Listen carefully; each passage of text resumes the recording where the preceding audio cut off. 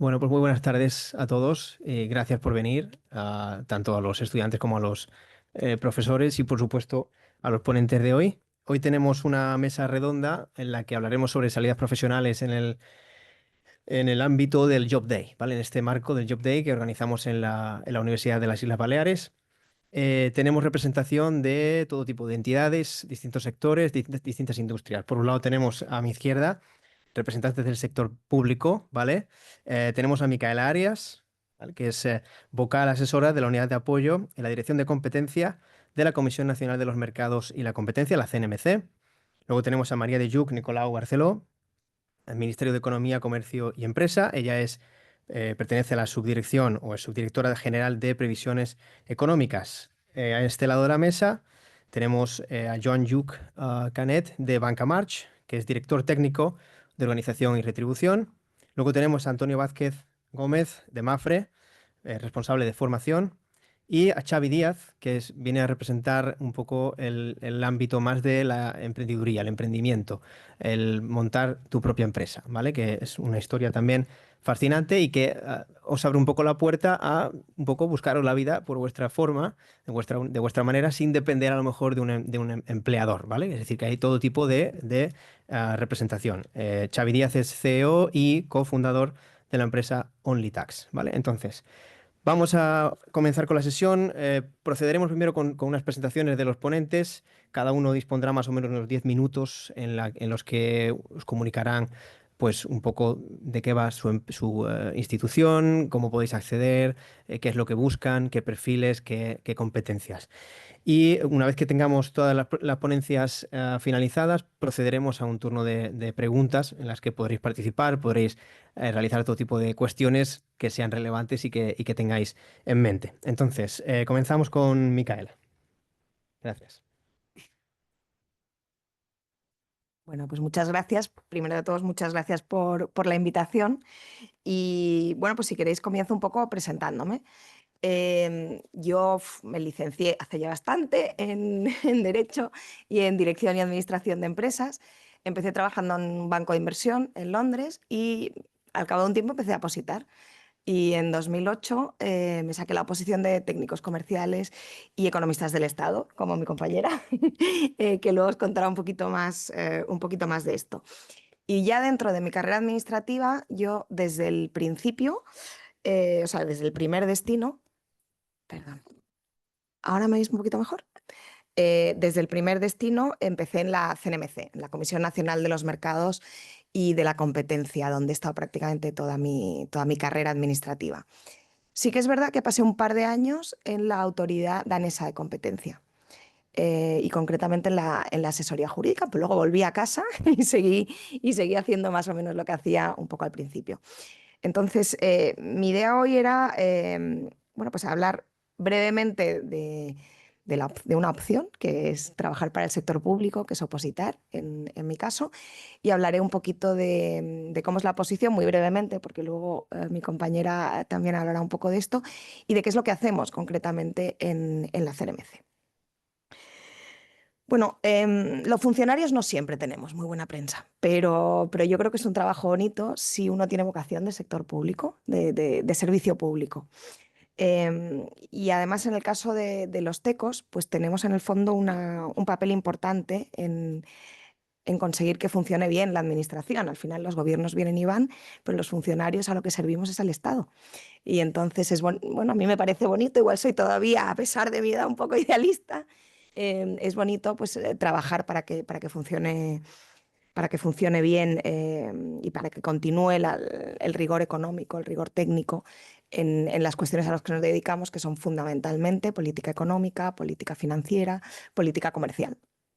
Esto es a lo que se dedican fundamentalmente los técnicos comerciales y economistas del Estado, que somos un cuerpo a uno. Eso quiere decir que se nos pide una titulación universitaria y pasar una serie de oposiciones, que está adscrito al Ministerio de Economía. Entonces nos dedicamos a muchas cosas. Muchos de nosotros, creo que ninguna de nosotras somos un gran ejemplo, pero muchos acabamos en el exterior, porque como parte de esa vocación de política económica y de política comercial, hay muchas oficinas económicas y comerciales en el exterior. Entonces somos más de 400 tecos en activo y aproximadamente 140, un poquito más de 140, están en oficinas económicas y comerciales y están también en instituciones financieras en el exterior. Pues podemos pensar, yo qué sé, Banco Mundial, etcétera. De la oposición voy a hablar poco por no solaparme mucho, pero bueno, es una oposición, digamos, al uso con cinco ejercicios y luego tenéis más preguntas, las podemos comentar, que tiene, obviamente, por el propio nombre de la oposición y a lo que nos dedicamos, un contenido económico importante. Y también requiere, por esa vocación al exterior, es natural, por lo menos 2 idiomas con bastante nivel, uno de los cuales tiene que ser inglés. Y además es que vamos, yo desde luego en mi día a día lo tenemos que utilizar necesariamente mucho.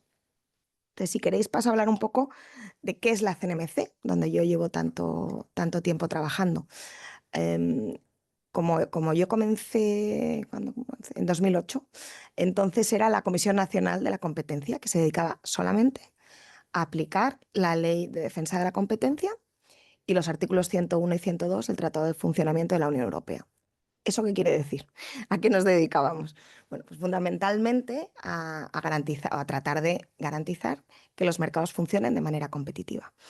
Y para eso tenemos, simplificando mucho, 3 grandes bloques de herramientas. Tenemos, por un lado, el control de concentraciones.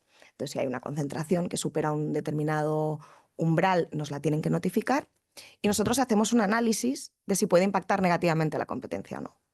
Y esa concentración solo puede ejecutarse una vez que tiene el OK, por así decir, de la Comisión Nacional de los Mercados y de la Competencia, que tiene la posibilidad de prohibirla, que puede aceptar lo que se conocen como remedios o puede imponer condiciones, de tal manera que se tiene que ejecutar de ese concreto modo la concentración. Por poner un caso que sale muchísimo en los periódicos, os sonará que BBVA Sabadell está actualmente sujeto a análisis por parte de la CNMC. Pues es el tipo de cosas que hacemos. Eso sí que es un análisis muy económico, porque lo que se analiza es cuál es la estructura económica de los mercados afectados por la transacción y cuál es el efecto esperable. El efecto esperable en precios, el efecto esperable en calidad, el efecto esperable en innovación, con lo cual tiene un componente económico, yo diría que bastante importante. No es lo único que hacemos, tenemos más herramientas, tenemos también las multas en el caso de expedientes sancionadores. ¿Qué tipo de cosas miramos? Bueno, pues el artículo 1 prohíbe los acuerdos restrictivos, típicamente el cártel. De tal manera que nosotros tratamos de ver si las empresas llegan a acuerdos que son malos para la competencia, por ejemplo, porque fijan precios. Em, y, y vemos también casos de abuso de posición de dominio.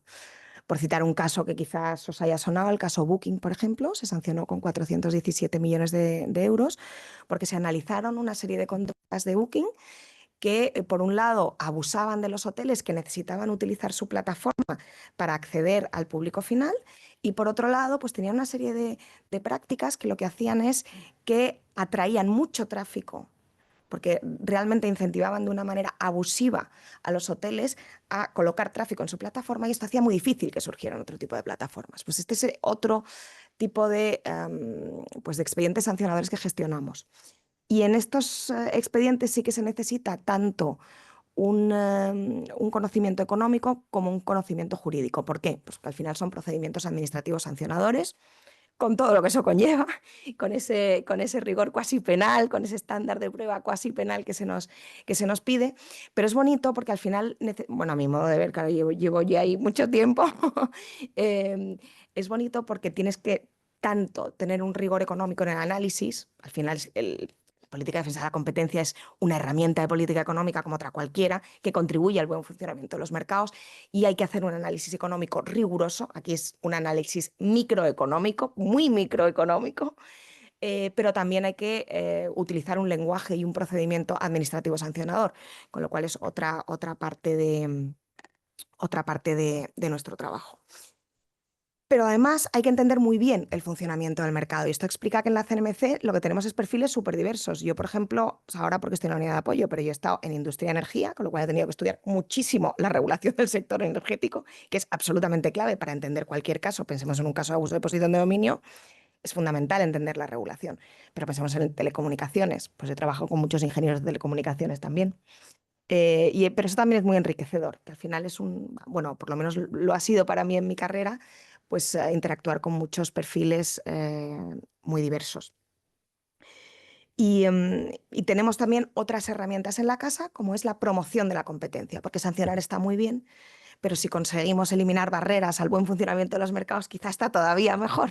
Entonces hay otra pata de la casa que se dedica a, pues precisamente eso, a analizar sectores de la economía, analizar cómo es la regulación y pensar si se podría a lo mejor eliminar alguna barrera. Por ejemplo, pensemos en unidad de mercado, etcétera. Entonces esas son las tres grandes patas de la parte de competencia, que es a la que yo me dedico.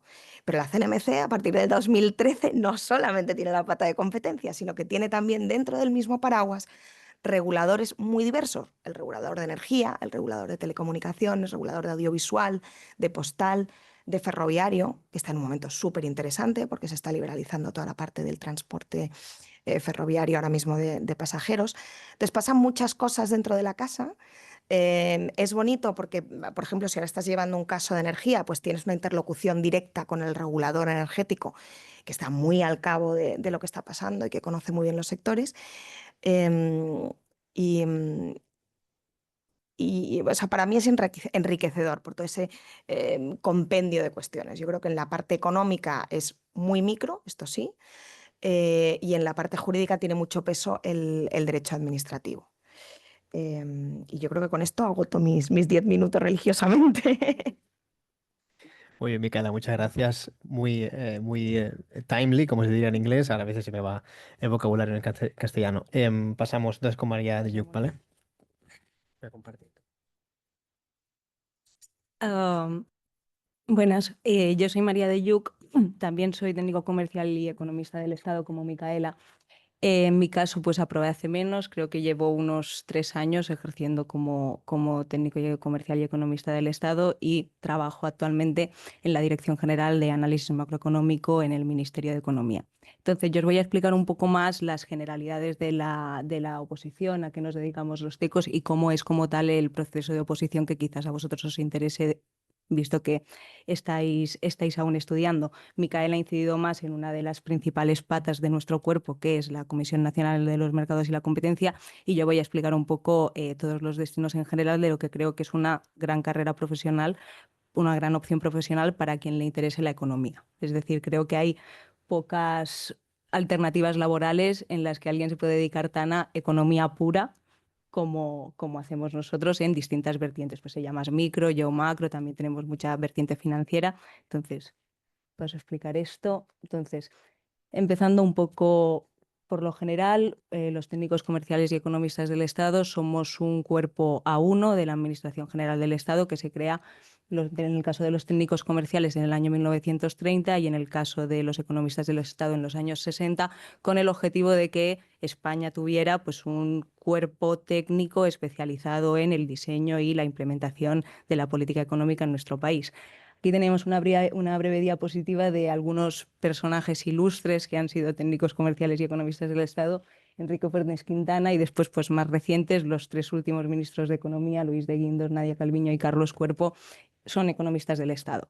Con esto no queremos o no ponemos esa diapositiva para decir si uno quiere ser ministro, que se haga economista del Estado, ¿no? Porque no funciona así, sino es un poco para ilustrar que al final formamos la espina vertebral o la espina dorsal de lo que es el Ministerio de Economía, hasta tal punto de que pues, los distintos partidos políticos que van llegando al poder confían en nosotros para los cargos de más alta responsabilidad. Entonces, si uno está buscando estar en lo que es el núcleo duro de la política económica en España, pues eso es a lo que nos dedicamos nosotros. Por eso yo creo que es una carrera profesional tan y tan bonita. Un poco ventajas de opositar a técnico comercial y economista del Estado, la variedad y riqueza de las trayectorias. Como digo, uno se puede ir al exterior, se puede dedicar a política comercial, se puede dedicar a microeconomía, macroeconomía, en muchísimas facetas distintas. La posibilidad de desarrollar una carrera en el extranjero, que en nuestro caso pues igual no nos ha interesado tanto, pero que es algo relativamente sencillo una vez que eres economista del Estado y que también es muy enriquecedor. Y facilidades en la conciliación, porque al final pues yo creo que somos un tipo de funcionario que trabajamos mucho, pero eso no quita que quizás tienes más posibilidades para conciliar dado el nivel de responsabilidad que tienes. Es decir, es una buena alternativa para poder asumir altas responsabilidades y tener una trayectoria profesional buena y a la vez poder conciliar, más que quizás en otros ámbitos. Bueno, Salidas profesionales así en general. Del total de los tecos, un 80% se encuentran en activo, digamos, y un 20% están en excedencia en el sector privado. Eso os da una idea también de que somos un perfil profesional bastante valorado en el sector privado y eso también te da una flexibilidad en tu carrera profesional para entrar o sea, salir de la administración, ir entrando conforme uno considere. Del total que siguen trabajando en la administración pública, que están en activo, un 30% se encuentran en el exterior y un 70% trabajando en España. Es decir, como veis también las posibilidades de irse fuera o la vertiente exterior es muy importante en nuestra carrera profesional porque es que realmente es un porcentaje muy elevado los que están fuera. Y de los que se encuentran en activo y dentro de España, un 65% trabajan en el Ministerio de Economía y Comercio, que es como digo, donde nos encontramos la gran mayoría de nosotros, pero después también hay ese 35% que van a otros destinos. Al final, yo creo que la idea es un poco, nuestro lugar natural es el Ministerio de Economía y Comercio, pero al final imagina que pues tú estás trabajando unos años en el ministerio y te especializas en regulación energética porque te ha tocado trabajar en eso y después pues te fichan porque eres muy bueno en el Ministerio de Transición Ecológica, pues te vas. Entonces tenemos ese 35% de tecos que se han ido a aportar valor o lo que hayan aprendido a otros ministerios y eso al final también es una salida muy interesante. Y bueno, dentro de lo que es puramente el Ministerio de Economía, nos dedicamos un poco a estas 5 patas que veis aquí.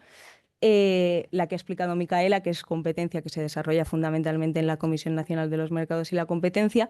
Después tendríamos política comercial, que es todo lo referido a importaciones y exportaciones. Como sabéis, desde que formamos parte de la Unión Europea, pues la política comercial es competencia exclusiva de la Unión Europea, pero aún así, bueno, en realidad lo que hacemos nosotros en ese marco es dedicarnos a representar los intereses de España en las instituciones europeas que se encargan de negociar tratados comerciales con terceros estados y también llevar a cabo un poco de política de promoción de las exportaciones, que eso sí que sigue siendo una competencia de España en organismos como el ICEX, el Instituto de Comercio Exterior, que no sé si lo conocéis. Después tenemos otra gran pata, que es el Tesoro Público, que se encarga de la regulación financiera y de la gestión de la deuda pública, es decir, cuánta deuda emitimos, a qué vencimientos, hacemos bonos a tipo variable, indexados a la inflación, no sería toda la pata financiera, que es muy distinta a la micro y a la macro que hemos visto, pero que también es muy interesante para quien le guste, ¿no? Después tendríamos análisis sectorial, que yo creo que se realiza fundamentalmente en la Dirección General de Política Económica, que es básicamente, o sea, siempre que el Congreso de los Diputados aprueba una ley que tiene impacto económico, que son la inmensa mayoría, pues la Dirección General de Política Económica tiene que hacer un informe evaluando cuál es el impacto económico de esa ley. Entonces, análisis sectorial sería un poco a nivel micro evaluar el impacto de las distintas leyes de manera econométrica, a veces más cualitativa, a veces más econométrica. Y finalmente tendríamos la Dirección General de Análisis Macroeconómico, que es donde trabajo yo, que sería la pata macro, donde nos dedicamos básicamente a hacer un seguimiento diario de la situación macroeconómica de España y después elaborar previsiones económicas, porque como sabéis, en el ciclo presupuestario, pues antes de la elaboración de los presupuestos se realiza un cuadro de previsiones macroeconómicas para España y en base a las proyecciones que tengamos de crecimiento, de consumo, se elaboran los presupuestos generales del Estado. Entonces, de eso también nos encargamos nosotros y esas previsiones después las avala IREF, que es la Autoridad Independiente de Responsabilidad Fiscal, que no sé si la conocéis, pero donde también tenemos a muchos compañeros tecos y también es un destino habitual para nosotros. Aquí tenéis un poco otros entes públicos adscritos al Ministerio de Economía, donde típicamente hay tecos, está aquí la CNMC y después la Comisión Nacional del Mercado de Valores. También los otros ministerios en los que típicamente estamos, sobre todo pues en Hacienda y quizás en Trabajo y Exteriores, y otros destinos posibles, la IREF, el Gabinete Económico de Moncloa, donde también tenemos unos cuantos compañeros, el sector privado y muy típicamente también las universidades. Y pasando brevemente a los destinos exteriores, son fundamentalmente las oficinas económicas y comerciales, que es que en la inmensa mayoría de países del mundo, pues España tiene las oficinas comerciales, que son pues unos entes que se encargan de promover las exportaciones de España en ese país. Es decir, pues yo soy una empresa que quiero exportar al país que sea, me dirijo a la oficina comercial que se encuentra ubicada en ese país y el técnico comercial y economista del Estado que se encuentra ahí, pues le va a poner en contacto con proveedores, con comercializadores que se encuentren en el lugar, etcétera. Después tendríamos la pata de las instituciones financieras multilaterales, que es que el embajador de España en las instituciones internacionales de carácter fundamentalmente económico es típicamente TECO, pues hablamos del Fondo Monetario Internacional, el Banco Mundial, el Banco Interamericano de Desarrollo, etcétera. Y después tendríamos todo lo que son especialmente instituciones comunitarias, todo lo que os podáis imaginar a nivel de Unión Europea, pues también en todo lo que se refiere a lo económico, pues típicamente somos los técnicos comerciales y economistas del Estado los que representamos los intereses de España. Y aquí tenéis un poco el mapa de distribución de dónde estamos en el exterior. Pues en Europa estamos la gran mayoría que están en el exterior, precisamente porque en Europa están las instituciones europeas, pero después tenemos pues tecos en los 5 continentes. Y ya termino un poco con la oposición, aunque después al terminar, si estáis interesados, nos podéis preguntar, escribirnos. Para opositar uno tiene que tener la nacionalidad española y el título de grado. Se suelen convocar unas 15-30 plazas por año, o sea, va cambiando, pero esa es un poco la horquilla general. Y la ratio de aprobados, que al final es lo que suele interesar a la gente, suele encontrarse entre el 5 y el 10%. Es decir, es una oposición complicada que requiere dedicación en exclusiva, yo creo, en la inmensa mayoría de casos, durante unos cuantos años, pero no es, o sea, la ratio de plazas en los últimos años ha estado razonablemente bien, entonces no es un callejón sin salida. Yo creo que es una oposición pues, que la estudias los años que necesites y que es relativamente factible. Se suelen presentar entre 200 personas, entre 200 y 250 personas, y el proceso selectivo consta de 5 exámenes. El primero, que es un test y una coyuntura económica, que te dan básicamente el cuadro macroeconómico de un país, que no te dicen qué país es, pero normalmente suele ser un país real, y tú a partir de esos datos tienes que hacerte una composición de lugar sobre qué está pasando en ese país a nivel de política fiscal, política monetaria, otros shocks que haya podido haber, es decir, elaboras una coyuntura de ese país. Después tenemos los 2 exámenes de idiomas, que es inglés y otro a elegir entre francés, italiano, bueno, hay muchas alternativas, y hay que tener un nivel de aproximadamente B2, C1, más C1 que B2. Y después tenemos pues 2 exámenes orales en el que te examinan de un total de 160 temas, y cada tema se expone en un cante de 30 minutos. Es decir, son 2 cantes de 1 hora, cada uno de ellos de 2 temas. Y finalmente un examen escrito, que es un poco un mero trámite. O sea, el 5.º examen no voy a hablar mucho de él porque no es muy importante. Lo importante son los idiomas, el test y el dictamen económico, y los 2 cantes. Y esto es un poco todo. Si queréis, al terminar, pues a quien le interese le explicamos un poco cómo funciona el sistema de preparación, cómo uno se puede poner en contacto con los distintos preparadores, o ya nos preguntáis lo que consideréis. Muy bien, muchas gracias, María de Yuc. Pasamos ahora del sector público, que como habéis visto, estamos hablando de una trayectoria muy relacionada con todo lo que se estudia aquí y muy interesante, aunque conlleve su esfuerzo, lógicamente. Y vamos a pasar ahora al sector privado. Tenemos representación de la banca, tenemos representación de los seguros y asesoría fiscal, con lo cual también es muy relativo y muy pertinente para todo lo que habéis estudiado. Entonces, vamos a pasar con la presentación del señor Joan Yuc, de Banca March. Hola, buenas tardes a todos. Gracias por la invitación y también por asistir, los estudiantes. Bueno, nosotros Bancamar pues somos una entidad que el año que viene hacemos 100 años de historia, muy vinculado a la economía balear en un inicio y ahora con una vocación muy del Estado y también a nivel internacional. Antes, pues mis compañeras alegaban al tema del ICES, ¿no? Nosotros tenemos becas en Luxemburgo también con el ICES, o sea, el banco tiene una vocación muy importante internacional. Llevamos 100 años de historia y en el sector financiero es verdad que llevar 100 años y siempre con el mismo nombre es difícil, ¿no? De lo cual nos sentimos bastante orgullosos de ello. Somos 1.400 empleados, casi 600 personas pues estamos aquí en Baleares, vinculados a lo que sería servicios centrales y gestión directa en centros de negocio, oficinas, ¿vale? Nosotros nos definimos, al ser una empresa familiar, como un compañero de vida del cliente. Para nosotros el cliente es parte de nuestro ADN. No somos un banco de campañas, no somos un banco de intentar pues lo que se está alegando al sector, ¿no? Antes decían que el sector de lo que son la gente que estáis opositando tal, pues que está denostado. El sector financiero también es un sector que estamos bastante denostado. Dentro de este sector, pues nosotros los que trabajamos en Bancamar, pues la verdad es que estamos muy orgullosos. Tenemos bastantes premios, Great Place to Work, dentro de las 20 mejores trabajar en España, 40 mejores de Europa, Top Employers, toda una serie de premios que lo que avalan es que entendemos la banca como estar cerca del cliente, no como una mera proveedor de servicios, sino compañero de viaje. Bueno, presentando al banco, ahora me tenía que haber presentado yo. Yo soy Joan Llull, llevo trabajando en Bancamar desde hace 25 años. Yo estudié economía en esta universidad. Bueno, estuve entre el edificio Mateo Orfila y Ramón Llull y aulas prefabricadas. Todavía no teníamos este centro, que era un deseo de todos, que hubiese una facultad de economía. Estábamos un poco entre todos los sitios. Yo estudié en pesetas, eso que parece tan largo, pues yo estuve estudiando en pesetas. Y ahora, pues, es verdad que gracias a Dios, pues la facultad pues, ha dado un salto de calidad. Tenemos muy buena relación con esta universidad. Gran parte de nuestros trabajadores son universitarios de esta universidad. Tenemos un programa de becas muy importante, que son becas de la UIP directamente con vosotros, que muchos de ellos, bueno, aquí hay uno que ha sido becario, alguno que está haciendo la beca con nosotros. Tenemos también un convenio muy especial con el DOIP y después también, no sé si lo sabíais, pero tenemos una cátedra de empresa familiar con Bancamar, que hacen toda una serie de estudios de las empresas familiares que hay en España o a nivel del mundo, pues cómo podríamos buscar productos, fondos que avalen esa financiación. Os animo que cuando haya una presentación de ellas, pues también vayáis. ¿Vale? Bueno, ¿qué buscamos? Bueno, lo que buscamos es gente pues, que tenga ilusión, que sea trabajadora y que tenga ganas. Eso es lo que buscamos.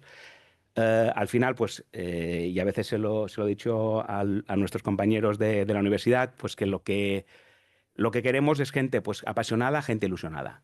Entonces, dentro de lo que me han pedido, ¿no? ¿Dónde la gente de economía o ADE tiene cabida en Bancamark? Es verdad que nosotros tenemos muchos departamentos, tenemos gestión de riesgo, tenemos lo que se llama fusión y adquisiciones, tenemos real estate, tenemos equity, etcétera. Pero ¿dónde tenemos el foco hoy en día en Bancamar para los estudiantes que estudiáis AD y economía? Pues nosotros podríamos hablar de dos focos, ¿no? Un foco de aquellos que creáis que la economía pues, es una ciencia social muy vinculada a las habilidades de gestión de personas, ¿no? Esa sofisticación en el sector financiero, en productos financieros, pero a la vez pues queréis interactuar con el cliente, ¿no? Que tenéis ese don de gente, esa empatía, que os haga ilusión pues explicar un proyecto que para nosotros es ilusionante, ¿no?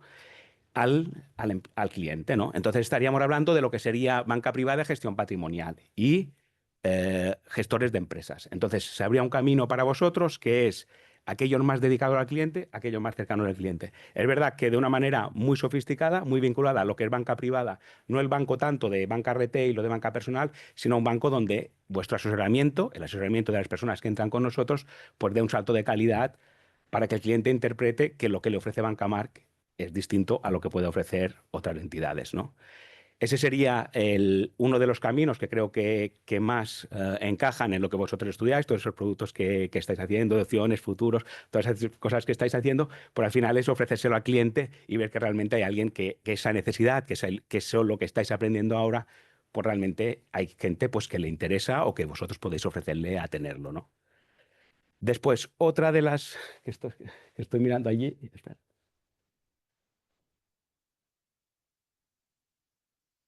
No sé si. Sí, perdona.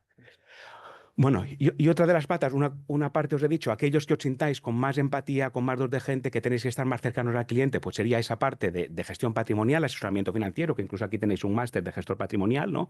Habría aquellos que tenéis un componente mucho más analítico, mucho más matemático, mucho más, digamos, metodológico, ¿no? Pues iríamos a la parte de lo que sería el análisis de datos, ¿no? Entonces, dentro del análisis de datos habría lo que llamamos Business Analytics, que son aquellos que son el siguiente paso al cliente, que es analizar todos esos datos que desde el departamento de datos nos dan, sean, por ejemplo, de la parte de contabilidad, de la parte, por ejemplo, entonces, en la parte de contabilidad tenemos que saber qué pasaría si una de las partidas que tenemos hay una probabilidad de que no lleguemos o que no vayamos, ¿no? Entonces, todos esos cálculos que hacemos, todos esos cálculos económicos, pues son gente de economía que lo pueden hacer, ¿vale? Y después ya, si todavía tenéis esa inquietud un poco menos cercana todavía al cliente, sino mucho más matemática, pues ya podría ver la parte de científicos de datos, ¿no? Nosotros, para nosotros, lo más importante sería, dentro de Bancamar, que es un poco lo que nos han pedido que os expliquemos, sería esa empatía, esa ilusión, ese producto sofisticado con atención al cliente, o esa parte más matemática, más analítica, que sería, pues, hacer análisis de datos, ¿no?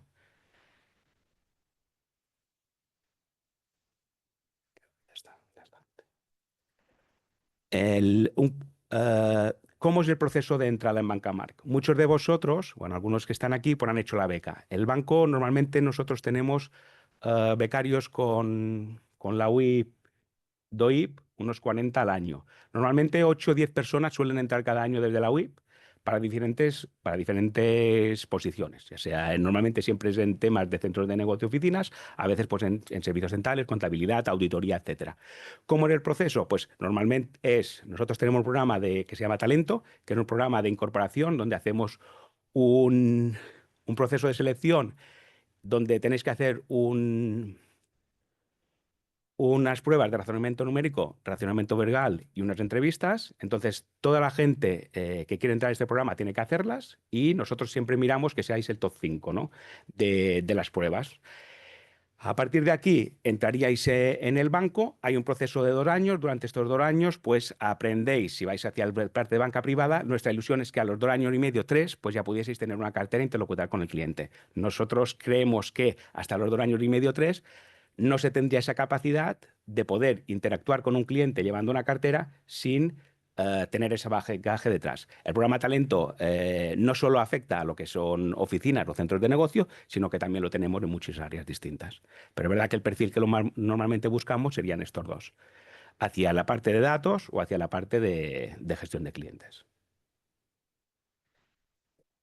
Muy bien, Joan, pues muchas gracias por tu presentación. Creo que ha quedado bastante claro y además es evidente la relación que hay entre Banca March y UIB. Vamos a pasar entonces ahora con Antonio Vázquez de Mafre.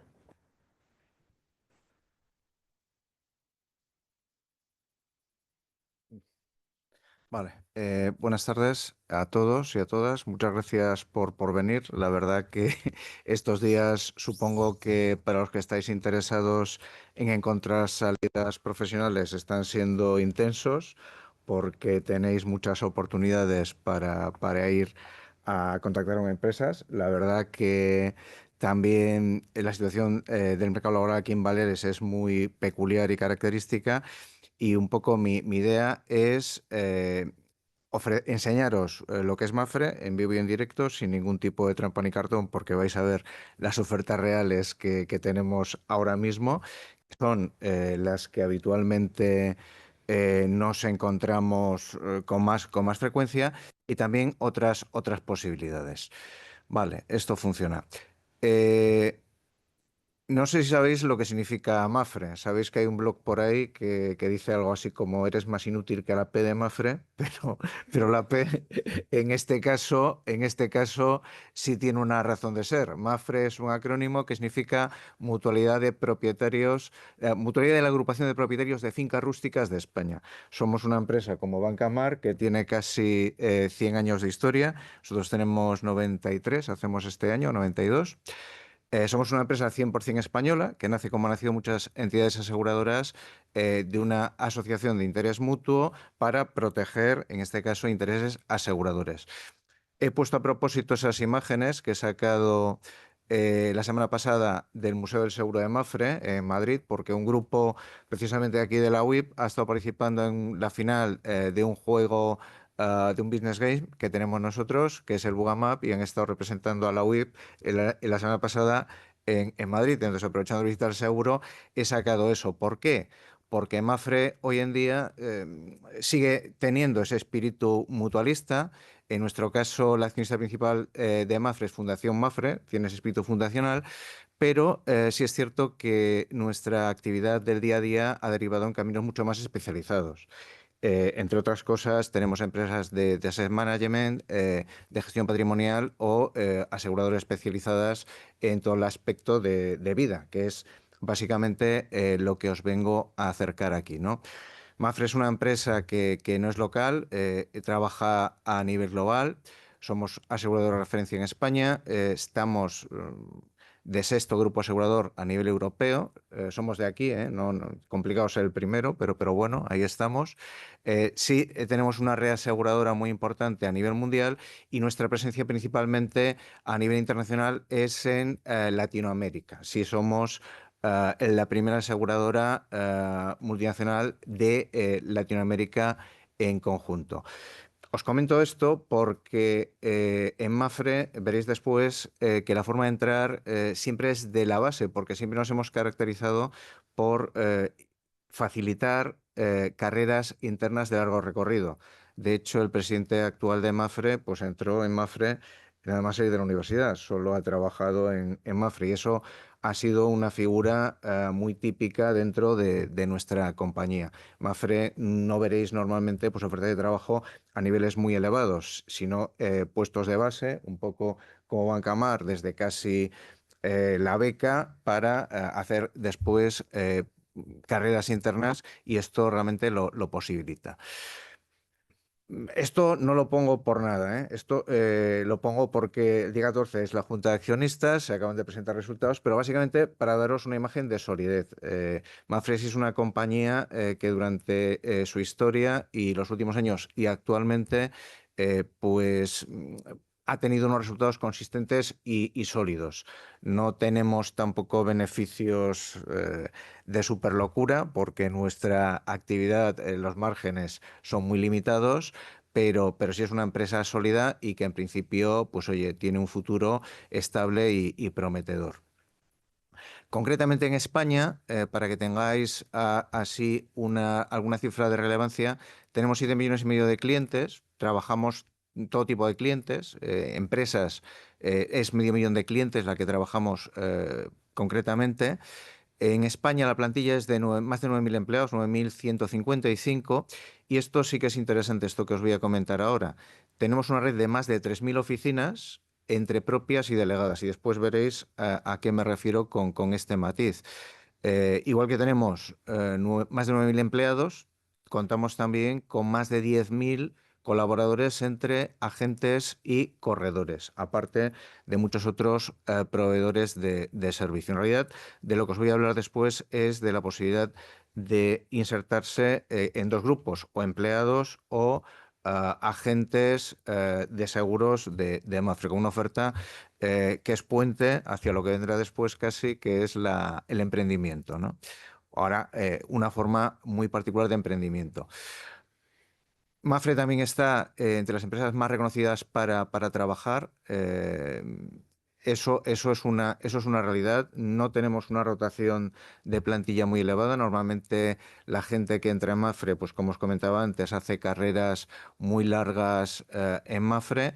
La verdad que eso es una de las preocupaciones fundamentales de la compañía. La actual CEO de Mapfre en España, Elena Sanz, antes ha sido directora de recursos humanos a nivel de corporación Mapfre. Entonces eso implica que a nivel de políticas para cuidar al personal, pues eso se ha potenciado y se sigue potenciando mucho dentro de la compañía. Bajando al grano, que no voy a consumir yo los 10 minutos, espero no calentaros mucho la cabeza, pues vamos a hablar de oportunidades. Y voy a hablar de oportunidades básicamente en territorio. Haré alguna otra mención a lo que pueda haber fuera de aquí, pero también os digo que eso no lo controlamos de aquí. Podéis acceder a ello, pero eso implicará pues desplazarse fuera de Madrid. A diferencia de Bancamar, nosotros no tenemos nuestra matriz en Baleares, a pesar de que somos unos cuantos empleados en Baleares, pero la central y determinados departamentos no va a haber aquí opción de ellos, tendrá que ser en Madrid, ¿no? A nivel de oferta de prácticas a través del DOIP, pues tradicionalmente también ofrecemos prácticas para que se inserte a aquellas personas interesadas en nuestro sector de actividad. Concretamente, las prácticas que ahora tenemos cubiertas y solemos cubrir anualmente, las estamos enfocando en nuestra oficina de gestión patrimonial en Paseo Mallorca, que es una oficina especializada en algo parecido, que es, yo creo que lo que buscamos ahora o lo que más está en boga, porque es lo que no pueden hacer las máquinas, donde hay que dar el toque humano y ese toque de entendimiento de las necesidades del cliente y asesoramiento en productos financieros, ¿no? Nosotros tenemos un área que es esta de asesoría financiera y gestión patrimonial, especializada en la oferta de soluciones aseguradoras y financieras a las personas que estén interesadas en gestionar su patrimonio de una forma más efectiva financiero-fiscalmente, y ahí es lo que puede ver la gente que haga prácticas generalmente. Sobre todo ese contacto con el cliente, porque también es cierto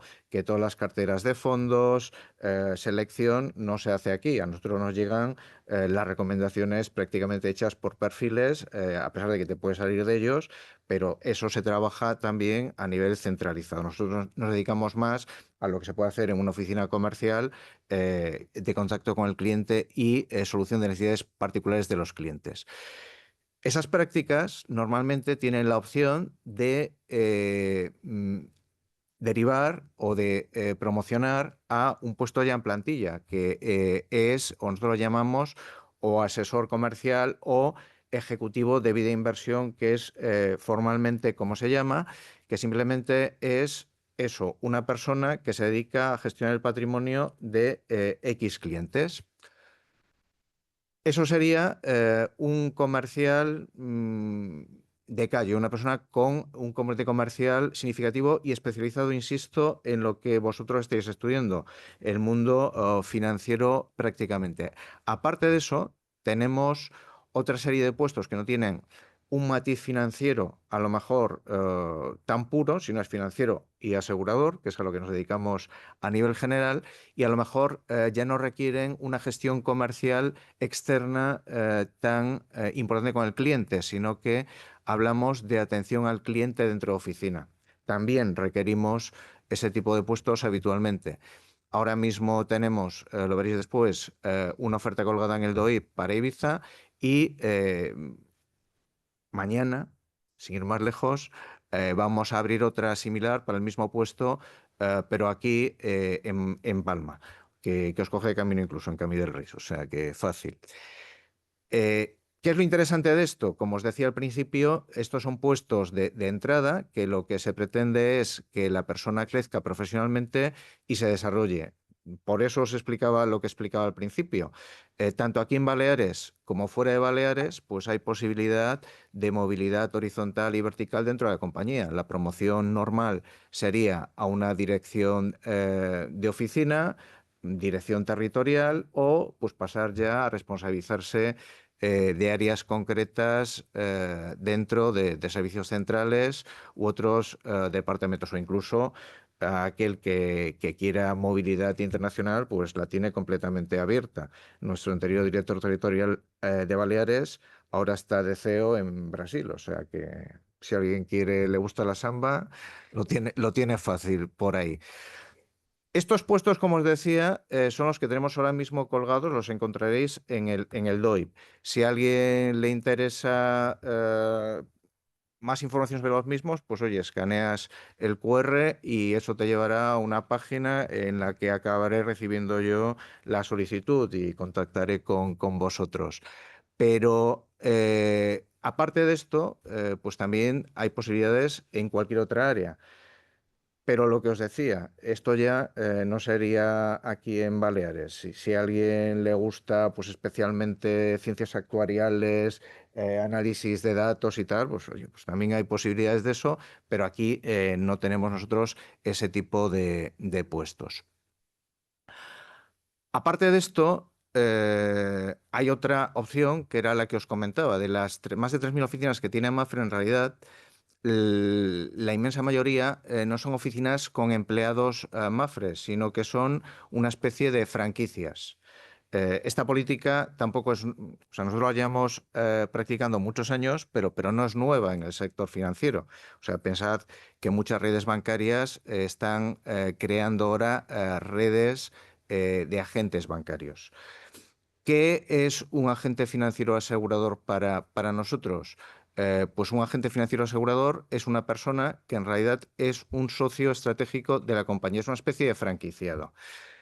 La diferencia de emprender a través de esta vía respecto a emprender, como después comentaremos, o como os comentará Xavi, entiendo de una forma más libre, es que aquí lo que se intenta es aplicar el know-how de la compañía y, por así decirlo, poner airbags en ese emprendimiento, ¿no? Ayudar a la persona a establecer su plan de negocio y su plan de desarrollo, que es uno de los problemas fundamentales que pueden tener los emprendedores, y darle las cosas pues medianamente hechas, facilitarle las cosas.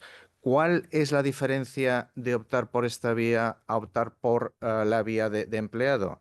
Lo que se plantea la persona el día de mañana. O sea, si yo me planteo y lo que me motiva es formar parte de la compañía, ir creciendo dentro del organigrama, adquiriendo más responsabilidad, llevar a más gente, pues mi vía es ser empleado.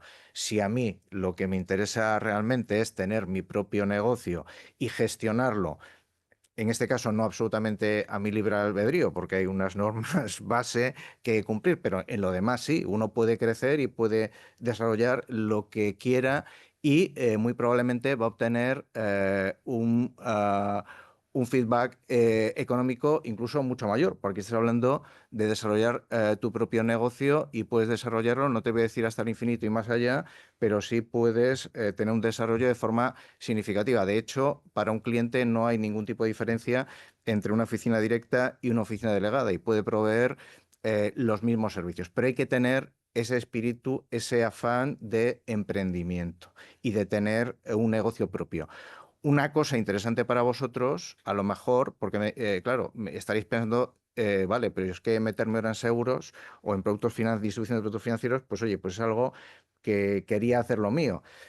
Una cosa interesante de esta idea es que también es compatible con otros tipos de actividad. O sea, nosotros sí estamos abiertos también a que si alguien monta un despacho profesional de asesoría financiera pura o asesoría fiscal, puede compartir parte de su actividad, es compatible con estas líneas de negocio, entra dentro del proyecto general.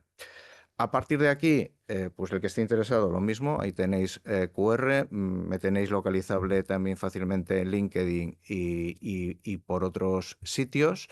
Y lo que sí nos comprometemos es que cualquiera que esté interesado, pues como las opciones que tenemos son diversas, pues oye, contactaremos con vosotros, ah, veremos quiénes sois, cuáles son realmente vuestros intereses, y os ofreceremos aquella posición que tengamos disponible y se pueda ajustar mejor a lo que realmente os puede ir bien y queréis. Y nada más. Muy bien, Antonio, muchas gracias. Vamos a pasar, por tanto, a la última presentación, que es de Xavi Díaz, sobre su experiencia como emprendedor y sobre su empresa, OnlyTax. Bueno, buenas tardes a todos. Muchas gracias por haberme invitado un poco a hablar con estos chicos, ¿no? Que están en un momento crucial de su vida, decidiendo qué tienen que hacer, aunque podéis equivocaros todavía muchas veces. Y un poco de eso es lo que queremos hablar, ¿no? Que quiero hablar. Bueno, yo soy Xavi Díaz, soy fundador y CEO de OnlyTax. OnlyTax es una solución fiscal para creadores de contenido y emprendedores digitales. Yo estudié en la universidad aquí, como vosotros, Administración de Empresas, y luego hice el máster de Hacienda Pública, también recomendado si os vais a dedicar al mundo de asesoría, también en la universidad. Una vez con esta formación empecé a trabajar en asesoría y me volví loco, ¿vale? Porque el mundo de la asesoría es muy tradicional, ¿vale? Es decir, yo empecé, me pusieron a picar facturas, es como se empiezan las asesorías y ya está. Pero cuando llevaba un año y seguía y me daban 200 facturas de ingresos iguales y las tenía que meter en un programa de los años 80, pues no podía con mi vida, y esos días eran interminables y yo no quería seguir trabajando así, ¿no? Entonces, en un momento dado, pues digo, oye, yo quiero cambiar esto, ¿no? Fue principalmente una lucha contra el papel y una lucha contra pues un poco esos procesos muy tradicionales. No lo he dicho, pero yo lo que vengo a decir es que emprender también es una posibilidad, ¿vale? Aquí vamos sin tanto apoyo, ¿no? Porque al final es una decisión que tomas en solitario y es un camino que coges tú de alguna manera solo. Todo lo que han contado requiere esfuerzo, cosa que no lo he dicho, también he sido profesor asociado bueno, desde hace 7 años en contabilidad de costes. No sé si alguno de vosotros lo ha tenido en clase, no lo sé, pero hoy no me suenan muchas caras, alguna. Pero bueno, lo que dicen ellos es acompañaros de alguna manera, ¿no? En esta parte del emprendimiento, pues vamos a ir más solos. Al final también se pueden crear equipos, pero si tomas la decisión, tú vas a ser el que lleve todo encima, ¿vale? El que un día puedas ganar mucho dinero a lo mejor, rara vez, o sea, casi todo fracasa, ¿vale? Y un día también Mafre y sobre todo las entidades bancarias, un día hubo un emprendedor que puso la primera piedra, ¿no? Para que hoy sean miles de empleados y para que hoy pues puedan dar trabajo a tantísima gente, puedan tener unas estructuras y pueden tener unos acompañamientos, ¿no? Entonces, bueno, España no es un país de emprendimiento en general, pero yo creo que es un camino muy válido y es un camino de esfuerzo, pero que al final a estos niveles que han explicado, también el esfuerzo pues es muy parecido o igual incluso, ¿no? Todo empieza con una idea, ¿no? A mí me gustaría, de esto podría hablaros, de emprendimiento podríamos hablar una hora, también cada uno de ellos seguramente también, ¿no? Pero vamos a dar unas pinceladas. Todo empieza con una idea, ¿no? Y con una duda, con algo que resolver, ¿no? O sea, hemos encontrado un problema, en mi caso, el problema fue mío, ¿vale? No era de un cliente. Porque tenemos dos opciones, podemos inventar el ir a Marte, ¿no? Como lo que quieren hacer ahora, o puedes copiar una idea y mejorarla, ¿no? O sea, tú ya sabes que hay un problema. En mi caso, los autónomos y empresas necesitaban una asesoría porque no lo pueden hacer ellos. Y entonces, pues era en plan, vale, pues vamos a mejorar la asesoría porque así no puede ser. No he sido el primero que he luchado contra el papel y que he intentado o estoy en este camino de cambio. Hay asesorías más grandes que nosotros que van delante. ¿Vale? Y entonces nosotros al final seguimos el camino e intentamos mejorar las deficiencias que vemos en cada uno de ellos. Entonces, bueno, todo empieza con una idea. También deciros, no os enamoréis de la idea, ¿vale? La idea es lo primero y es lo menos importante, ¿vale? Y ahora os intento explicar un poco rápido por qué.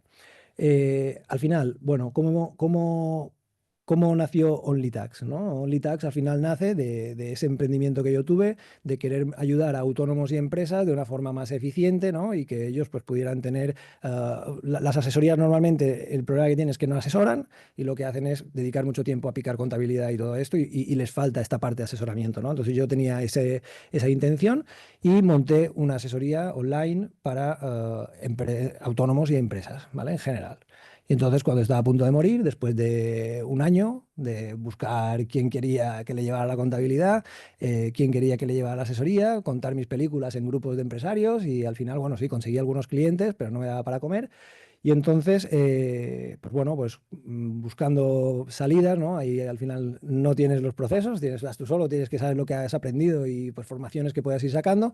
Entonces, en un momento dado, pues mi socio, me junté con un socio, que es Tony, el otro cofundador de OnlyTax, y él era experto en marketing en este caso, y yo le decía, oye, yo necesito que nos escriba alguien por el chat para poder hacer la primera venta, ¿no? No escribía a nadie. Total, que se puso a trabajar, mejoramos la web, mejoramos muchas cosas y al final pues llegó el primer chat, yo llamé a todo el mundo, esto es una parte que también motiva, y pues un día hubo el primer cliente y llegaron los primeros clientes que eran creadores de contenido, ¿no? Un poco por casualidad, se juntaron cuatro o cinco. Esos cuatro o cinco nos decían que no les entendían, ¿no? Que iban a la asesoría y les decían que hacían Twitch y el asesor no entendía que era Twitch, no entendía que era TikTok, no entendía pues qué eran las plataformas digitales que supongo que todos vosotros estáis acostumbrados. Y entonces, pues en ese caso, yo también era algunos años más joven, conocíamos todo esto, sobre todo mi socio más que yo, y dijimos, oye, ¿por qué nosotros no les ayudamos? Vale, pues estuvimos hablando mucho con estos cuatro clientes que teníamos, preguntándoles sus problemas, pues todos mis amigos tienen los mismos problemas que yo, y bueno, y todo esto. Entonces al final dijimos, bueno, pues Tony, tú que sabes hacer una página web rápido, haz una página web en 2 días. La hicimos solo para creadores de contenido y entonces a partir de ahí fue que encontramos un camino, ¿vale? Entonces, al final tenían dos problemas, el no ser comprendidos y uno más importante, que era que los asesores, además de no entenderles, tampoco no sabían cómo debía tributar toda esa facturación que viene de plataformas internacionales, ¿vale? Un creador de contenido al final es una multinacional en pequeño porque vende a todo el mundo y compra en todo el mundo. Entonces, eso, sobre todo a nivel de IVA, tiene complejidades, empiezan a estar un poco superadas, pero hace 4 años nadie sabía cómo hacer esas facturas, ningún asesor, no sé, tampoco nos interesaba, supongo, porque al final llevaban cafeterías, pues llevaban este tipo de negocios, y pues nosotros dijimos, oye, pues nosotros sí, nos vamos a poner a estudiar esto, lo estudiamos en profundidad, yo que tenía la formación lo estudié en profundidad, tomamos una serie de decisiones, la parte fiscal es muy difícil porque al final son interpretaciones, nosotros interpretamos. Parece, con las primeras inspecciones que estamos teniendo después de unos años, que hemos hecho bien el trabajo, pero bueno, siempre está la incertidumbre. Entonces, al final, ese fue nuestro camino, el decir, oye, vamos a apostar por este público, los creadores de contenido, que es un público en auge, es un público que, pues como digo, está difícilmente atendido y que encontró en nosotros pues una forma de ayudarles a quitarles al final esa parte farragosa de la asesoría, que a nosotros igual nos gusta, a mí me gusta mucho, pero que a ellos pues al final lo que les interesa es crear contenido. ¿Qué he aprendido en el camino? Bueno, pues al final emprender, esto sí me lo dijo un inversor en una charla, tienes que saber convivir con la incertidumbre, es decir, aquí cada día es una montaña rusa, entre emprendedores siempre hablamos de la montaña rusa, ¿no? Oye, nos vemos allí en el bar y ¿dónde estás hoy tú? ¿Estás arriba? ¿Estás abajo? ¿Vas a bajar la cuesta? ¿La vas a subir? Es decir, es un mundo complejo porque tú tienes muchas ideas, tú quieres que todo salga bien, un día sí, otro no. Luego hay muchas formas de emprender, hay caminos como las franquicias, como ha dicho el compañero Antonio, pero también hay ideas de autoempleo, es decir, pues yo me lo monto para mí, como son normalmente mis clientes, que son pues, creadores de contenido, al final están detrás de una cámara y ellos no tienen empleados, no montan grandes empresas, podemos montar una startup de alto crecimiento, entrando en unos sistemas complejos y luego pues podemos también montar una pyme, ¿no? Que vaya creciendo poco a poco, que es el camino que hemos tenido nosotros hasta hoy. Luego deciros que cada error es una oportunidad para aprender, ¿vale? También alguno te puede arruinar y luego tienes que pasar unos años trabajando para una empresa para volver a sitio, ¿no? Y volver a arrancar, pero al final lo que tenemos que entender es que cada fracaso es un aprendizaje, ¿no? Es decir, en Estados Unidos sobre todo se dice que el mejor emprendedor es el que más veces ha fracasado y el que más veces ha quebrado su empresa. Y lo siguen intentando, ¿no? Ahora tenemos un empresario muy grande que es José Elías, no sé si os suena, pero José Elías fracasó 2 veces, quebró 2 veces su empresa y hoy es multimillonario, ¿no? Entonces, bueno, no todo es por el dinero, también os lo diré, pero al final cada fracaso le ha dado aprendizaje. El equipo es el activo más valioso, ¿vale? Esto lo digo un poco con los dientes pequeños. Es muy importante el equipo, muy, muy importante, pero como vas creciendo, nosotros hoy somos 8 personas solo. Y a veces también las personas somos difíciles, ¿no? No me imagino cómo será con miles de empleados, pero solo con 8 ya es complicado, ¿no? Pero al final no hay duda de que tienes que rodearte de gente, tienes que dejarte ayudar, tienes que funcionar con compañeros que te puedan aportar, ¿vale? Y al final que puedan incluso sustituirte en diferentes áreas. Y bueno, la satisfacción, como se ve un poco en la imagen, la satisfacción es ver cómo impactas en la vida de los demás, ¿no? No solo en la vida de tus clientes, que también es muy importante, ves cómo a ellos les va bien y que tú les estás aportando ese grano de arena para que ellos puedan funcionar y ir bien, sino también con los mismos empleados, ¿no? O sea, nosotros somos 8, pues hay 7 personas además de mí que viven de esto y que cada día llevan su sueldo a casa, ¿no? Para pues alimentar, bueno, pues para llevar adelante a su familia, ¿no? Entonces, al final eso también es una satisfacción muy grande. Y bueno, si emprendes, pues recuerda, ¿no? Empieza pequeño, eso es muy importante. Empieza pequeño y valida rápido, ¿no? Hoy es muy fácil emprender en el sentido de que con un ordenador que todos tenéis, con un móvil, podemos emprender, ¿no? En mi caso, pues en el mundo de asesoría, pues empecé con el ordenador y el móvil, o sea, no necesitaba nada más. Al final no necesitamos montar como una cafetería que necesita unas inversiones grandes o según qué cosas que tú dices, no, es que tengo que poner 300.000 euros por delante para empezar, ¿no? Aquí no. Aquí puedes empezar en pequeño. Aquí valida rápido. Nosotros nos pasó cuando yo estaba al final de mi camino, de repente encontré OnlyTax y me dio una vuelta. Nosotros hemos ido creciendo poco a poco, hemos ido validando partes hasta que hoy ya tenemos una aplicación desarrollada propia, un software propio que trabaja con los clientes, pero no siempre ha sido así. No lo hagas solo por dinero, es decir, emprender por dinero es un fracaso porque sobre todo los inicios son difíciles. Es verdad que no hay que hacer la inversión inicial de 300.000 euros, pero posiblemente yo en tiempo y en dinero ganado de menos, no sé si he invertido 300.000 euros, pero he invertido mucho. Entonces, al final sí que es verdad que es un objetivo, que es una promesa que tienes, ¿no? Oye, si un día consigo llegar a tal punto, pues llegaré a esta meta y podré tener estas facilidades, pero no siempre sucede, por lo tanto no solo hacerlo por eso. Equilibremos los riesgos, también muy importante, es decir, pensad los riesgos que estáis asumiendo en cada momento. Vosotros sois muy jóvenes, siendo tan jóvenes lo tenéis más fácil, es decir, os falta una parte de experiencia, es verdad, esto es un camino de aprendizaje brutal, el emprendimiento, pero es posible, pero siempre equilibrando riesgos. Yo pues hoy ya soy papá de 2 niños, ya no es lo mismo que cuando empecé hace 8 años, que pues estaba yo solo y podía volver a casa de mi madre a dormir si lo necesitaba, ¿no? Y luego cuida tu bienestar. En el mundo del emprendimiento tenemos todo ese tema de la salud mental, que es muy complejo porque al final estás muy solo. Aun teniendo equipo muchas veces también estás solo en muchas áreas determinadas. Por tanto, eso es muy importante, no olvidarnos. Ayer incluso estaba en una formación que me daban a mí como alumno y hablaban un poco del esfuerzo, sí, pero no el dejar de vivir, ¿no? O sea, esto que se hacía de 15 horas, bueno, puede haber una etapa, puede haber unos momentos, pero al final hay que poder convivir y hay que poder preocuparse de uno y poder hacer algo más que solo el trabajo. Y nada, en principio, vosotros un poco todo lo que os quería contar, así que nada, gracias. Muy bien, pues como veis ya tenemos todas las presentaciones listas y es el turno de las preguntas. Entonces lo ideal es que ahora vosotros, cualquier duda que tengáis para cualquiera de ellos, o si es una pregunta general, la lancéis, ¿vale? Entonces os animo a que participéis.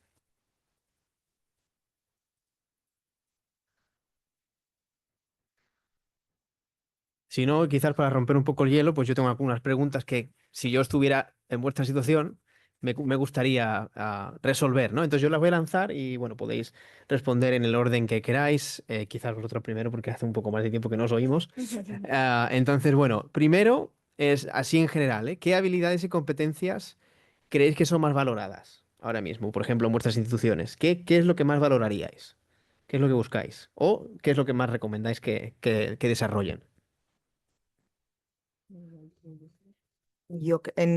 Para nuestro trabajo yo diría que dos cosas fundamentales, la capacidad analítica y la capacidad de trabajar bien en equipo. Eso probablemente pasará en más sitios, pero es fundamental. Muy bien.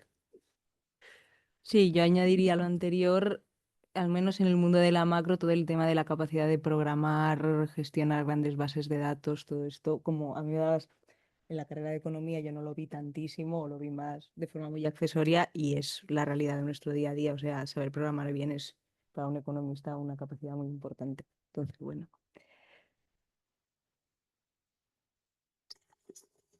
Yo diría que lo mismo que ellas, y más la ilusión y las ganas de cada día, tener una ambición de cada día ser mejor, ¿no? Yo creo que eso es lo más importante a la hora de trabajar.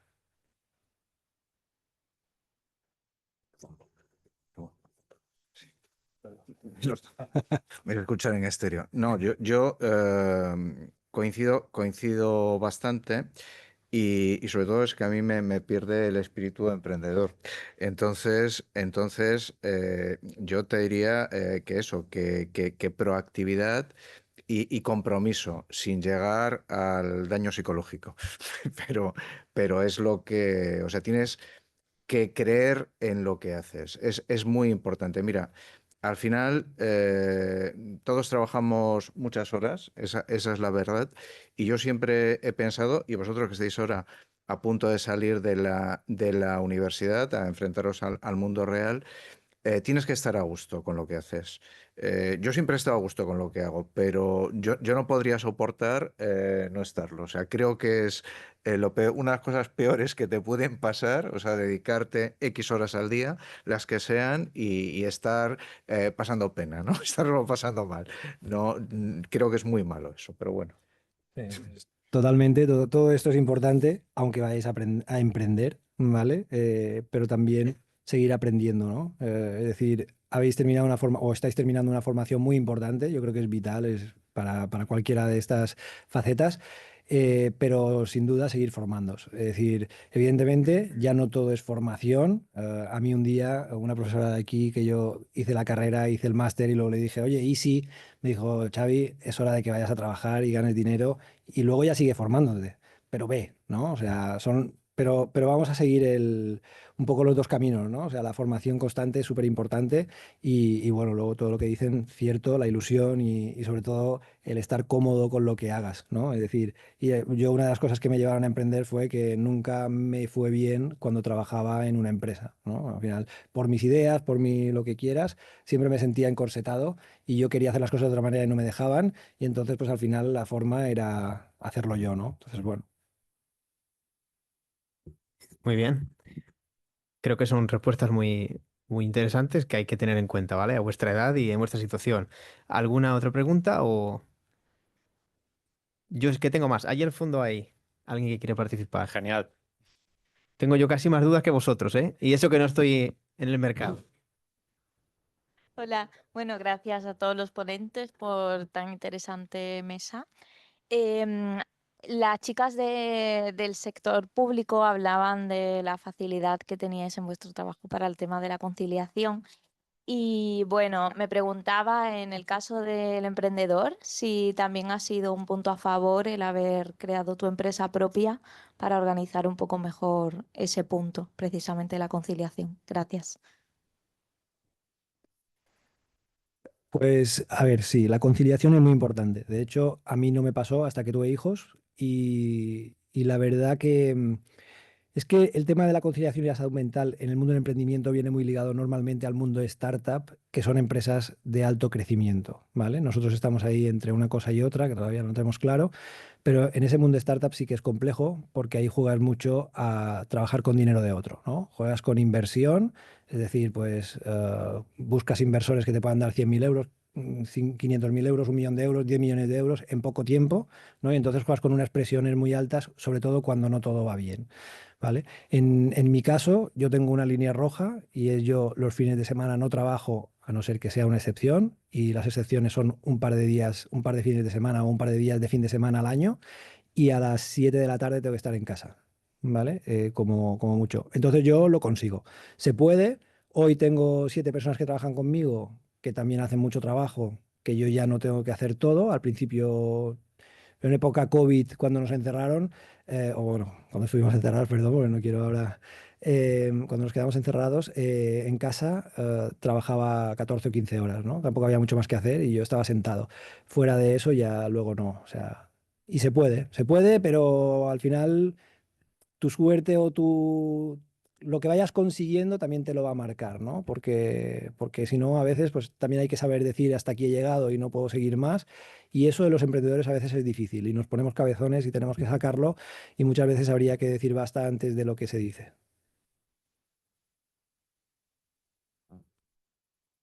Muy bien, ¿alguna otra cuestión? Animaros a preguntar. Sí, por ahí hay otra.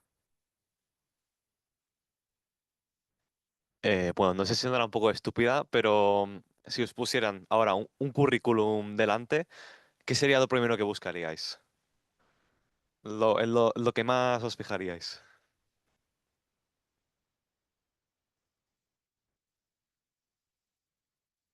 Yo que hablo del emprendimiento, no tienes que mandarle un currículum a nadie, sino que el currículum te lo valida el cliente, ¿no? Entonces, por esa parte, yo te digo eso, ¿no? O sea, tú tienes que tirar con tu currículum y el cliente, según si aciertas o no, o si eres más acertado, te dará la posibilidad o no. En plan currículum se lo dejo a ellos, en plan oferta de trabajo. Toma. Vamos por orden. Sí, vamos. Ahora para allá. A ver, yo es que me dedico a esto hace muchos años, ¿no? Y entonces ya casi estoy en aquella época del abuelo Cebolleta. Y sí te digo que es curioso, o sea, un currículum es una parte de un proceso de selección, igual que pueden ser unas pruebas que apliques o igual que puede ser la entrevista, y lo que tienes que valorar es el conjunto. Ya que haces la pregunta de currículum, te voy a contar una anécdota personal, ¿no? Es decir, y esto lo comentaba ayer con compañeros en una reunión, y es verídico lo que te voy a decir. es que cada vez te puedes fiar menos de los currículums. O sea, claro, porque lo que hace 20 años, que te diría casi 10, no era habitual, ahora es habitual. Ahora en todas partes te explican cómo tienes que hacer un currículum. O sea, ya no es aquello de irte a YouTube. O sea, no, es que ahora, de forma formal, aquí en esta casa y en otras, pues ahora en el Job Day seguro que había algún taller que te enseñaba cómo preparar el currículum y demás. Otros años lo ha habido, segurísimo, vamos. Entonces, es algo más global. Pero cogiendo un poco lo que tú planteas y enlazándolo con la pregunta de antes, o sea, al final lo importante son las personas. Las empresas en general, y esto también lo dirijo a vosotros, están funcionando, y no lo digo solo por Mafre, ¿eh? En Mafre el lema que tenemos ahora es Mafre donde tu tiempo cobra sentido. Fíjate el lema. ¿Por qué ese lema? Es decir, porque sí es cierto que hay una preocupación general en las empresas aparte de un salario, tanto cash como un salario en plan previsión social empresarial complementaria, oye, dar beneficios sociales y tal, pues una parte de los beneficios o algo que ahora valoráis vosotros, los que estáis incorporándoos, es esa posibilidad de conciliación, o es esa posibilidad de vida. Y es algo que las empresas están implantando cada vez más. Por eso te digo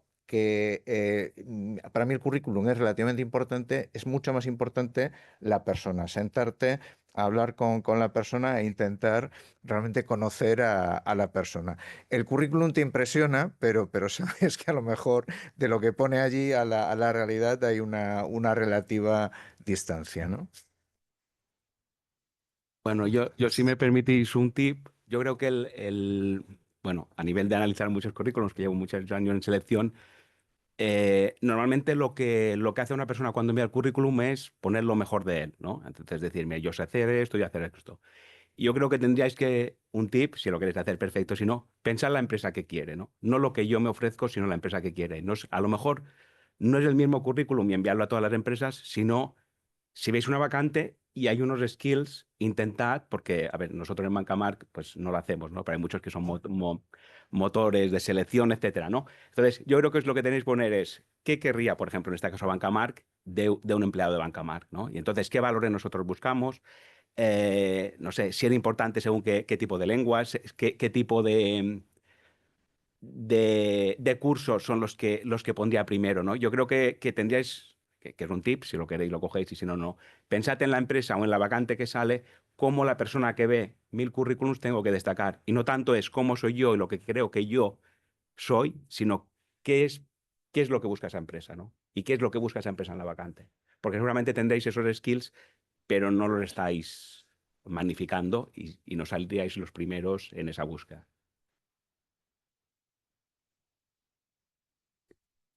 Muy bien. ¿Alguna otra cuestión? Yo, si fuera vosotros, aprovechando que tenemos a dos claros ejemplos de lo que es una trayectoria exitosa en cuanto a oposiciones y en cuanto a trabajar para un organismo del Estado, yo les preguntaría qué consejo les dais, porque más de uno se planteará la posibilidad de, oye, me hago una oposición. ¿Qué consejo dais y qué retos y qué desafíos van a enfrentar seguramente?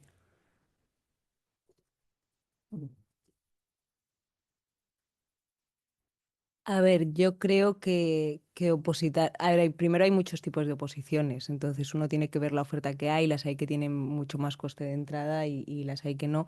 Y si alguien se decanta más por una uno, que un poco son las más duras en cuanto a preparación y es la experiencia de la que más podemos hablar nosotros, creo que hay que tenerlo muy claro para poder aguantar la presión psicológica que es que durante 1, 2, 3, 4 años, lo que tarde cada uno, pues no saber con certeza cuáles van a ser los resultados de eso, pero bueno, que muchísima gente lo hace y muchísima gente lo consigue, entonces tampoco es que sea un drama.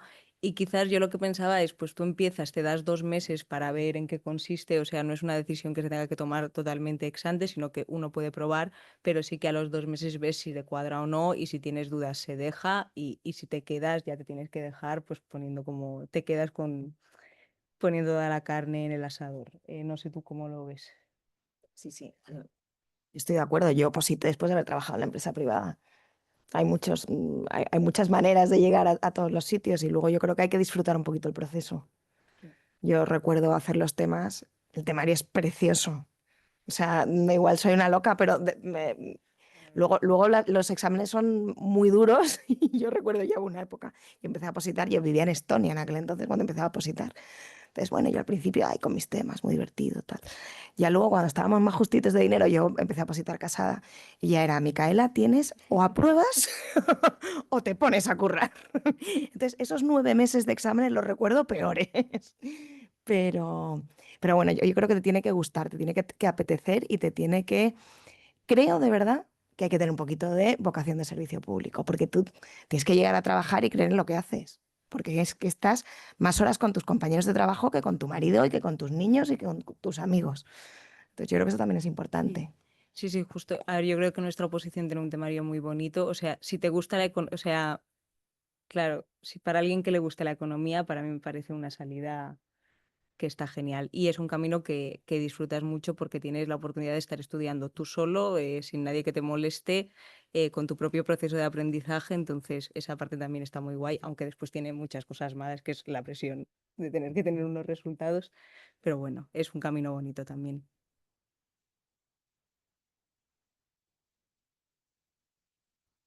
Muy bien. ¿Alguna cuestión que se os ocurra a lo mejor al hilo de lo que estamos hablando? Si no, yo tendría una última, que me vais a permitir. Y esta un poco más desde el punto de vista nuestro del profesorado y de lo que impartimos aquí. Antes me habéis nombrado algunos aspectos que os gustaría que os gusta ver en los currículums en los candidatos, algunas cualidades. Vale, de todas esas o de algunas otras que se os ocurran, de todo lo que nosotros impartimos aquí en la universidad, ¿qué es lo que os gustaría que impartiéramos, que no enseñamos y que creéis que es algo que echáis en falta en los graduados que van saliendo en las últimas jornadas? No sé, alguna cualidad o a lo mejor desde un punto de vista técnico, alguna competencia que echéis en falta, que os haya llamado la atención. Si se os ocurre, ¿eh? Si no, es que va todo genial.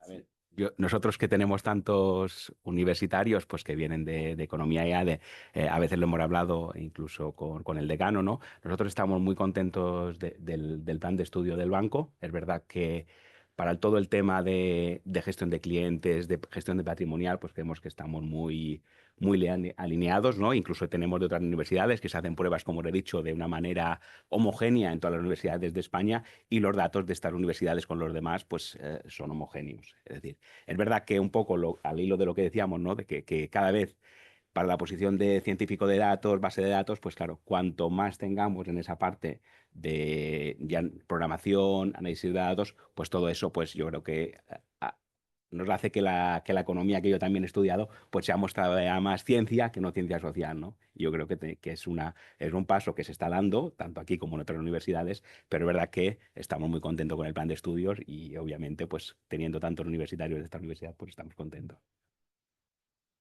A ver, yo por nuestra parte opino un poco lo mismo, o sea, no es un problema de conocimientos, o sea, si en algún sitio realmente se miden los conocimientos es en esta casa o en las universidades en general, y aún me acuerdo de mis tiempos de universitario, o sea, ¿no? Y era lo que pensaba yo genuinamente. Lo que pasa que también la experiencia me ha demostrado, los años me han demostrado una cosa, que es básica la experiencia y no se puede sustituir por un conocimiento, necesitas la experiencia. Entonces, para salvar eso, yo lo que os recomendaría es aprovechar todas las oportunidades de prácticas que tengáis.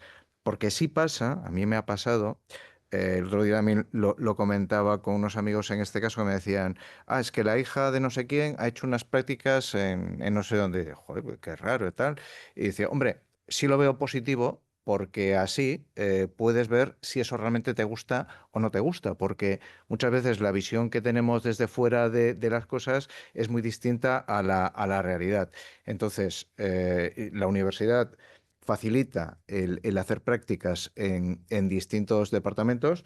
Había un sistema de becas que estaba desarrollando también la administración y a mí eso me parece absolutamente fundamental, el acercar vuestra realidad, que es muy prolija en conocimientos teóricos, a lo que vais a encontrar después en la práctica.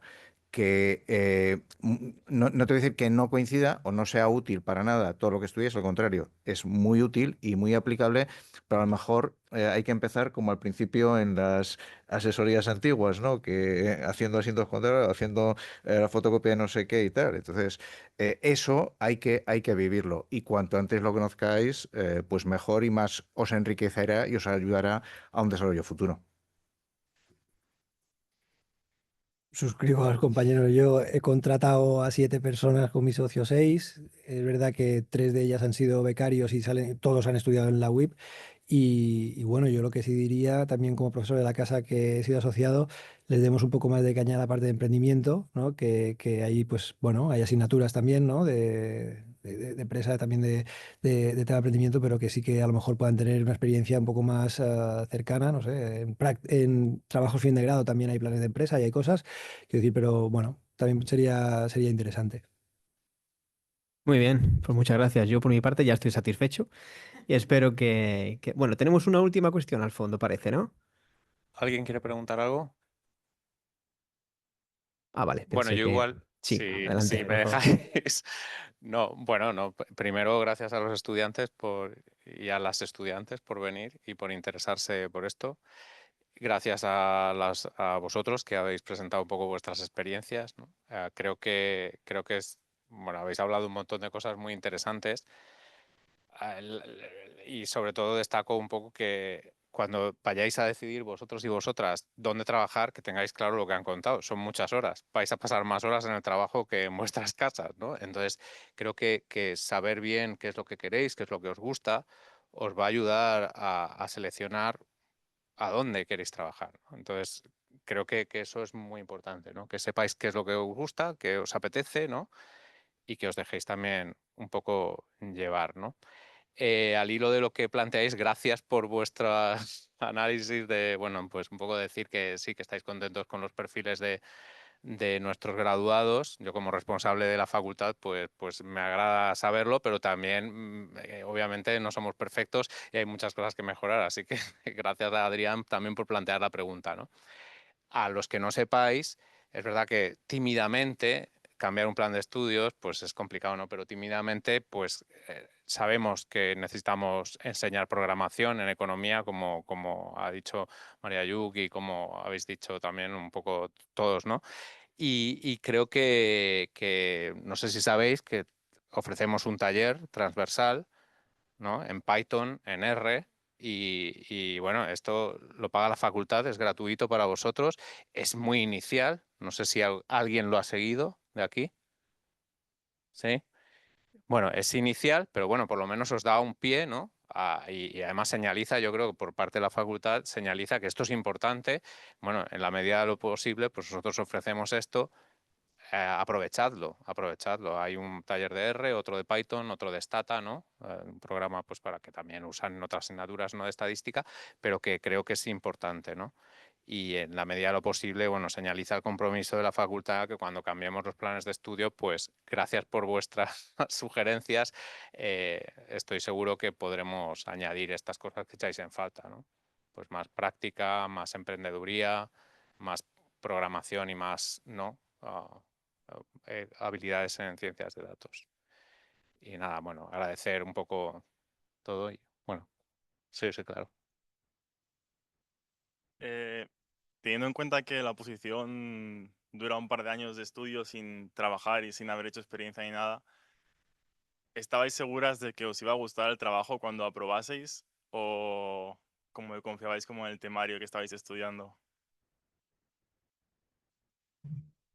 No, a ver, yo creo que esa seguridad no la puedes tener nunca, pero sí que sabía que era como una carrera profesional que me permitiría dar muchos saltos, si cambiarme si algo no me gustaba e ir encontrando poco a poco un trabajo que cumpliera mis condiciones. Y después también es cierto que para economía pura o para política económica o sea, hay pocas salidas profesionales en las que te vayas a dedicar es- exclusivamente al diseño de política económica. Esta es una de ellas, hay otras, pero no hay tantas alternativas. Entonces, si te gusta eso, era una salida bastante natural y fue a mí en aquel momento lo que me pareció más factible de hacer. No sé tú cómo lo ves. Yo había hablado con algunos tecos. O sea, yo oposité, yo nunca pensé que oposité. Yo había estudiado muchísimo en la universidad y no me apetecía, la verdad, seguir estudiando. Luego la vida te lleva por unos sitios y estoy encantada, no he dado marcha atrás. Yo hablé con muchos tecos y luego tecos es una posición muy peculiar. Por lo que hemos hablado de la internacionalización, o sea, tiene muchísimas salidas, es que es muy divertido, o sea, la posibilidad de irte al Fondo Monetario Internacional a representar España, si te gusta la economía internacional, es que es una cosa muy bonita. Puedes ir a la OCDE, puedes ir a un banco de desarrollo, puedes estar en oficinas económicas y comerciales y luego está muy en el pulso, o sea, no es un... Esto es una opinión personal, ¿eh? No es el funcionario al uso que tú piensas que está ahí con papelitos, sino que, o sea, yo estoy todo el día reunida con abogados, todo el día reunida con empresas. Está muy en el día a día del pulso económico. Y es que, claro, si te gusta, claro, a mí me gusta. Si te gusta, es muy bonito. Y eso sí que sabía, que era un tipo de oposición que estaba muy pegado a, yo creo que muy pegado a la realidad. Yo lo que hago, si lo hago mal, impacta. Y si lo hago bien, impacta mañana. Y eso es muy chulo. Y eso cuando estás estudiando, además, también lo vas viendo, lo ves en los temas. Hay otros perfiles, es que nosotros no somos el perfil teco a lo mejor de oficinas comerciales, pero esa gente está todo el día ayudando a las pymes a exportar. Te tiene que gustar esas cosillas. Gracias. Muy bien. Bueno, muchas gracias. Yo creo que nos hemos quedado sin tiempo, desafortunadamente, pero bueno, muchas gracias a todos los ponentes por vuestra participación y espero que os haya gustado y os haya servido y nos vemos en la del año que viene, ¿vale? Cuidaros y mucha suerte.